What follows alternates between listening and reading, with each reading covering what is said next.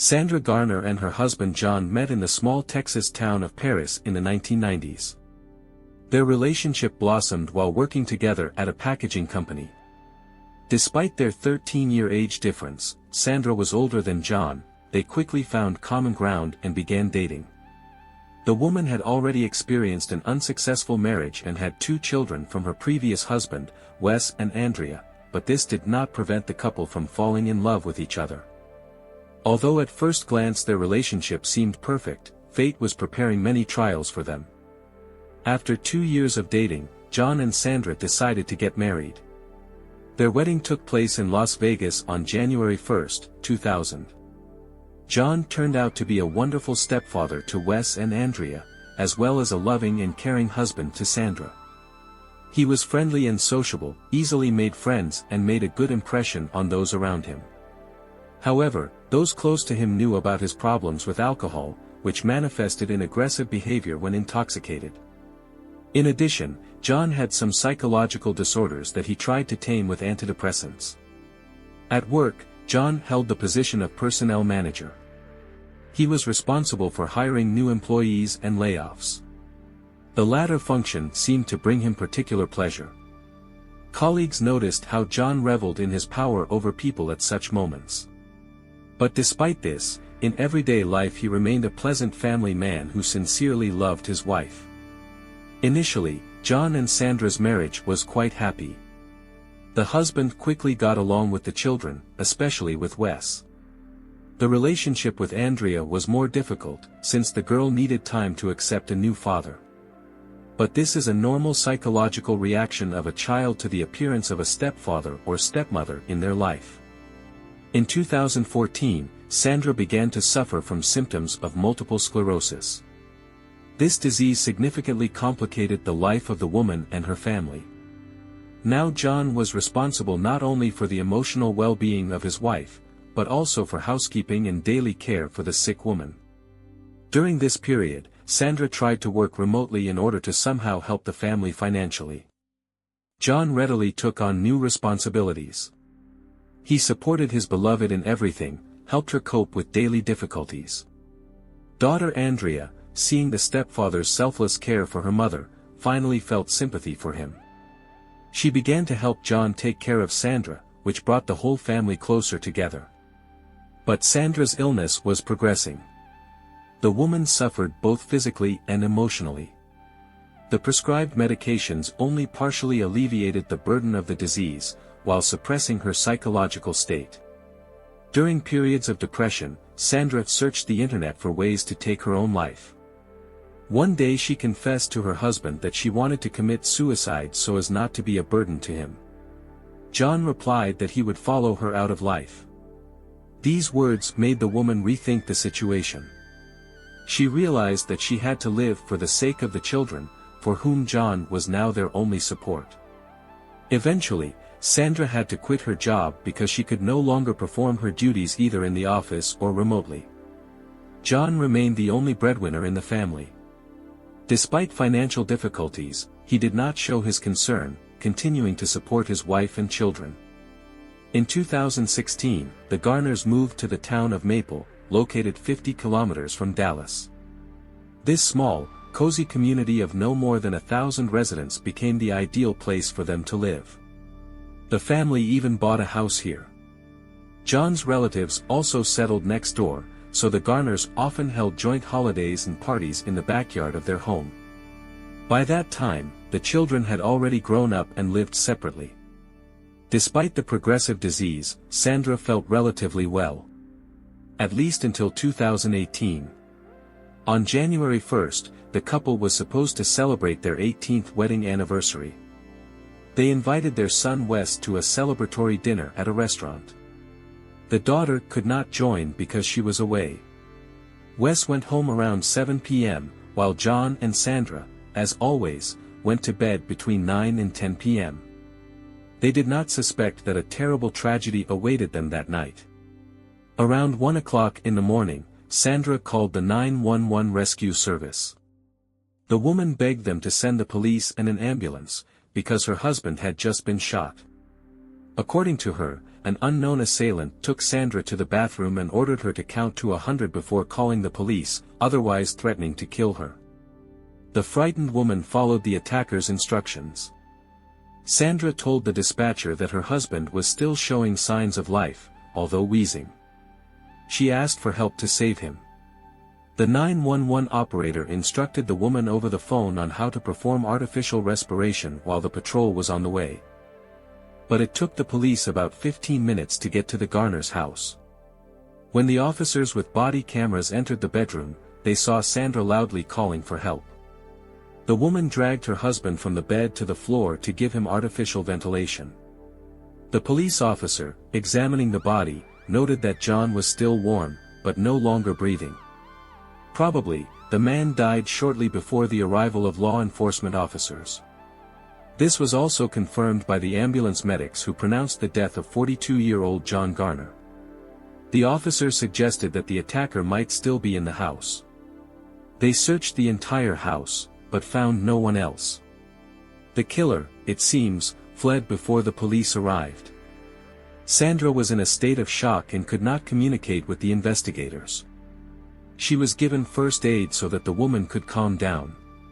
Meanwhile, a forensic group arrived at the crime scene. Experts carefully documented all the evidence. Around 2 o'clock in the morning, Sandra came to her senses. She was taken to the police station for questioning. Investigators took samples from the woman's hands to check for gunpowder and other traces of the shot. They also seized and photographed her clothes. Sandra's testimony was extremely important for the investigation. Despite her illness and nervous exhaustion, the woman tried to describe the events of that night as accurately as possible. She said that the attack occurred shortly after she and her husband went to bed. Due to the stress and suddenness of the events, Sandra could not make out the attacker. The woman only remembered her own fright. According to Sandra, the shot that woke her up around 0:40 was not the only one, another one followed. In the bedroom, the woman saw a stranger with a flashlight and a weapon in his hands. Frightened, she jumped out of bed, hid on the floor and began to shout, hoping for help. The attacker, dressed in a blue sweatshirt, jeans and a mask, was much taller than Sandra. Begging for mercy, the woman heard from the attacker that he came to take revenge on her husband and had no intention of harming her. The stranger said that he once worked hard in the company where John was responsible for hiring staff. Despite this, he was fired a few years ago. Having lost his home and confidence in the future, the man harbored malice towards John. In addition to revenge, the robber demanded to give him the savings from the safe. Sandra led the villain to the closet, near which she was able to see his face without a mask. But as soon as the woman tried to remember his features, the attacker threatened to kill her if she did not stop. The frightened Sandra had no choice but to look away and no longer look at the robber. Opening the safe, she handed him all the money available there, about $18,000. The exact amount the woman could not name, because she had not counted the money for a long time, but remembered that the last time there was exactly that much. The police, of course, had no way to verify the veracity of her words, so they had to take Sandra at her word. After that, the attacker took Sandra to the bathroom, ordering her to count to 100 while he escaped from the house, and only then call the police. The interrogation at the police station lasted more than an hour. Finally, the exhausted woman was released home, where relatives were already waiting for her, ready to support her in a difficult moment. Sandra, apparently broken by grief, did not evoke sympathy in some of the relatives. It seemed to them that her sadness was only a pretended game. Sandra's behavior really seemed strange. Having just finished talking with the police, she immediately returned to her own house, not at all afraid that the robber might return. On the contrary, it seemed that the woman was hoping for this, intending to shoot the villain herself. Meanwhile, other family members arrived at the house of Wes, Sandra's son. Hearing from them about the murder of his stepfather, the shocked guy immediately went to the police station to talk to the investigators. It was strange that he did this without even going to his mother and not calling her to find out how she was feeling. Later, the police understood what prompted Wes to act this way. He had to tell them something extremely important. From the first words of the young man, it became clear that he suspects his own mother of the murder. But, despite the confidence in his guesses, Wes felt uncomfortable testifying against his closest person. He expressed doubt that the attacker could imperceptibly penetrate the house, because there lived 2 dogs that would certainly have barked, warning the owners of the danger. This testimony surprised the police. After all, from the very beginning of the interrogation, Sandra's story sounded coherent and convincing, without arousing any suspicion. But Wes insisted on his mother's involvement in the crime, forcing the investigators to consider such a version of events. Law enforcement officers scrupulously examined the crime scene, not missing a single corner in the house and adjacent farm buildings, garages and sheds. In Sandra's car, a Ford Mustang, which was parked in the garage, they hoped to find her personal pistol, which the woman usually kept with her for self-defense. As Wes said, most often the weapon was lying in Sandra's purse or under the car seat. However, this time the gun was not found there. Instead, a real arsenal was found in the Garner's house itself, 49 pistols and 10 rifles. As it turned out, John was an avid gun collector. However, he did not keep his exhibits, as expected, in one place, but scattered them around all the rooms, so as to always have a pistol at hand in case of danger. It seemed as if the man was aware of the risk of an attack from enemies and prepared for it in every possible way. Only one specimen was missing from this impressive collection, a Taurus .38 caliber revolver registered to Sandra. Perhaps the woman had lost it due to health problems or the gun had simply been stolen. Traces of gunpowder were found on Sandra's hands, albeit in a small amount, which in itself did not indicate involvement in the crime. After all, gunpowder gases could get on the woman's skin when she was near her shot husband or during attempts to resuscitate him. So, although the gunpowder particles found on Sandra's hands were evidence, and indirect at that, her behavior still aroused a lot of suspicion. Now the police considered the woman as a probable suspect in the murder of her own husband. During the search, law enforcement officers seized the couple's computers, tablets, and mobile phones in order to study their correspondence and search query history. Indeed, in Wikipedia's search engine in Sandra's name, they came across several rather strange queries, such as about fentanyl and other potent drugs. Even more suspicious were the woman's searches for ways to kill and conceal traces of a crime, made shortly before John's death. However, there were not so many such requests to unambiguously indicate malicious intent. In addition, they were lost among Sandra's usual, everyday searches. And yet, these finds added arguments in favor of the woman's involvement in the murder of her husband. On January 4, 2018, investigators actively developed a version of Sandra's guilt. The only obstacle remained the absence of her gun. So the police again turned to Wes. He noted, if he himself were looking for his mother's weapon, he would first look into her car. The investigators decided to implement this advice, planning another, much more thorough search of the car and garage. Arriving at the Garner's house, the police found the garage locked. To get inside, they asked Wes to bring a spare key. The young man went for it to his mother, who was in a neighboring house surrounded by relatives. But as soon as the son informed Sandra about the intention to let the investigators into the garage, she reacted surprisingly emotionally. She dropped her fork, began to beg Wes not to let the uninvited guests in and drive them away. This scene shocked everyone present. Until then, Sandra had cooperated with law enforcement, not interfering with the investigation. So a sharp change in her behavior could not but alert relatives. Indignant, the woman began to accuse relatives of suspecting her. After that, Sandra ran out of the house and headed to the garage, intending to personally prevent the search and drive the detectives away. But in vain. The investigators stated that they would conduct an inspection with a court sanction despite her disagreement. So in the end, Sandra had to give in and unlock the garage door, otherwise the police would simply break them down. As soon as the investigators got into the garage, they immediately looked under the driver's seat in Sandra's Mustang. There, in an ordinary grocery bag, wrapped in a paper towel, lay a rusty .38 caliber revolver. This unequivocally indicated that during the initial search, the weapon was hidden somewhere, and then returned to its usual place. The police officers who took part in both searches were 100% sure of this. Now Sandra's nervous behavior and her desperate attempts not to let investigators into the garage became clear. The officers talked to Wes again. He said that he saw with his own eyes how his mother hid the murder weapon in the car after the police left. But Sandra herself denied her son's testimony. But the strangest thing was that the woman seemed to have no motive to kill her beloved husband, who took such selfless care of her.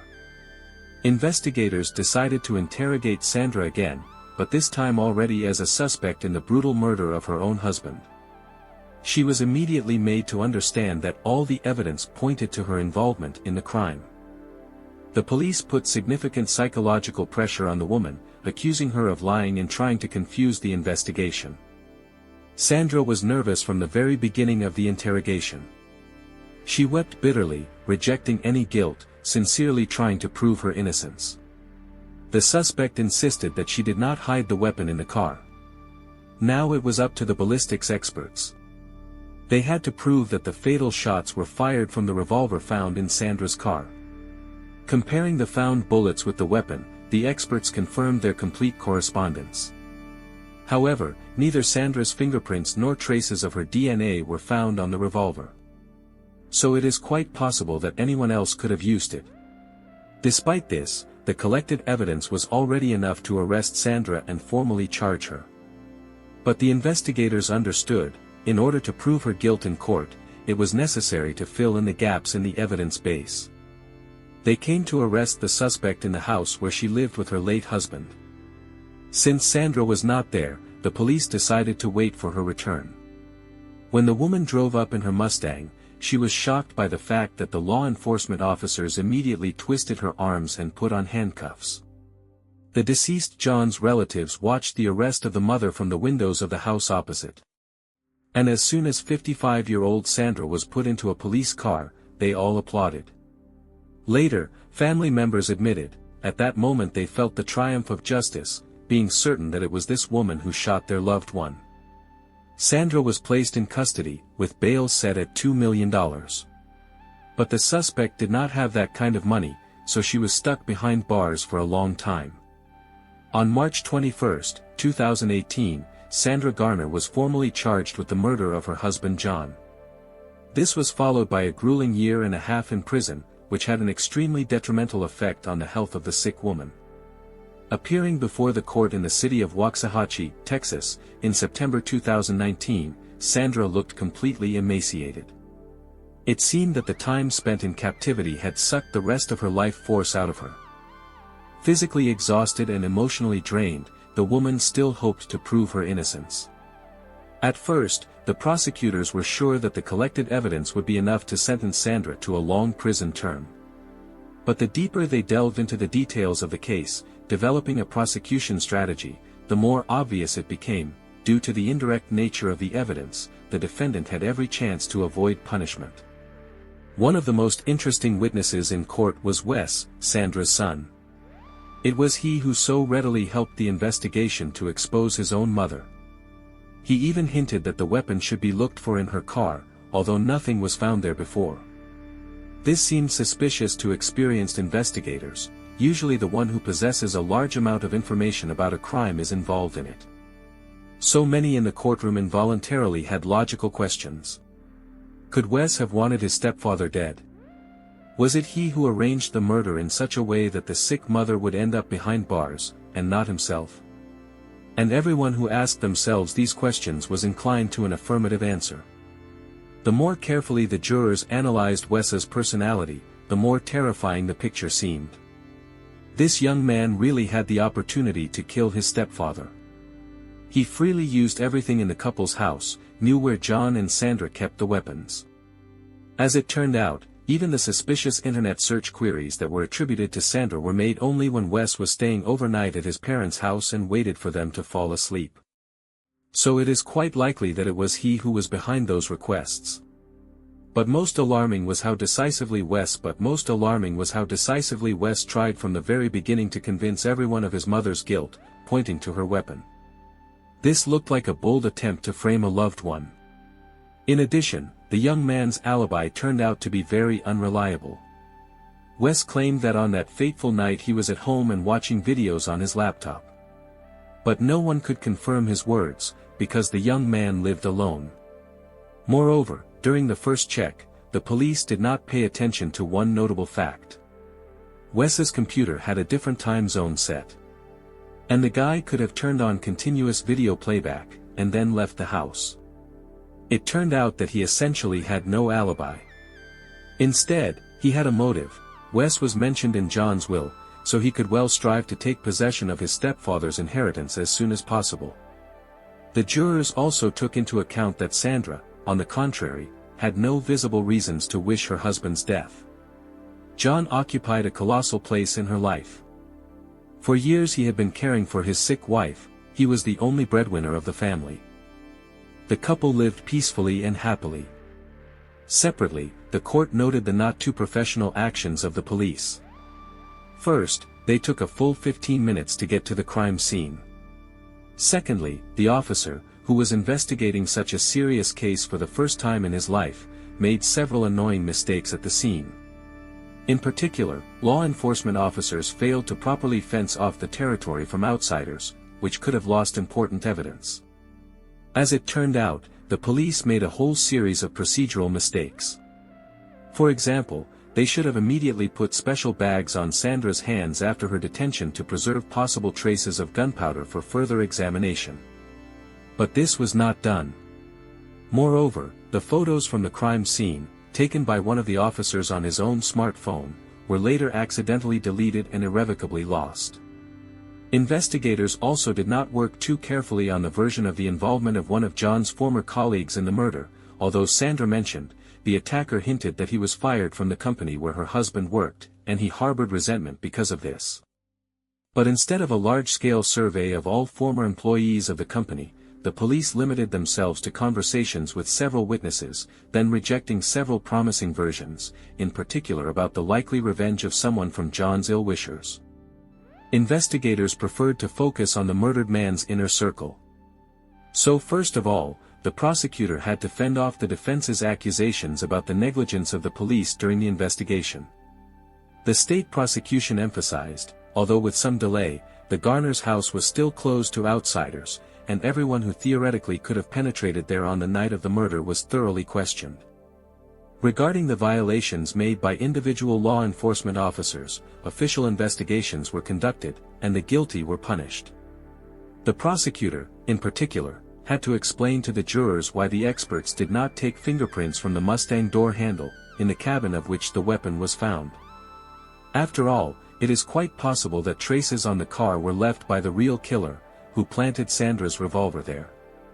And if it really was her son, then he could freely enter his parents' house. The domestic dogs knew Wes and would not have made a fuss. But there was one significant flaw in this version. Wouldn't the mother have recognized her own son, by his voice, his eyes? Sandra answered this by saying that on that terrible night she was extremely frightened and confused. Besides, multiple sclerosis prevented her from concentrating properly and noticing details. And Wes, they say, deliberately spoke to her in a changed voice. However, during the trial, Sandra stated, now, looking back, she still tends to think that it was none other than her own son who shot John. According to her, recently the son behaved strangely, very distant from his stepfather, with whom he never had a close relationship, as between a stepfather and a daughter. And after the trial, mother and son stopped communicating altogether. At the same time, the daughter still supports Sandra and believes in her innocence. The police did not stop trying to prove Wes's guilt and for some time continued to consider him as the main suspect in the murder of John Garner. But it was too late, precious time was wasted, important evidence was lost, the necessary investigative actions were not carried out on time. So now the prospects of reliably establishing the identity of the killer are almost ghostly. The materials of this high-profile case have been gathering dust in the archives for many years. It seems that no one will ever return to it. And this means that the murder of John Garner is highly likely to remain unsolved forever. Please write your thoughts and reactions in the comments below. For those who are new here, subscribing is the best way to stay updated on future content. Also give a like please. Take care of yourself and your loved ones. Thank you for your support during this difficult time. Until next time, friends.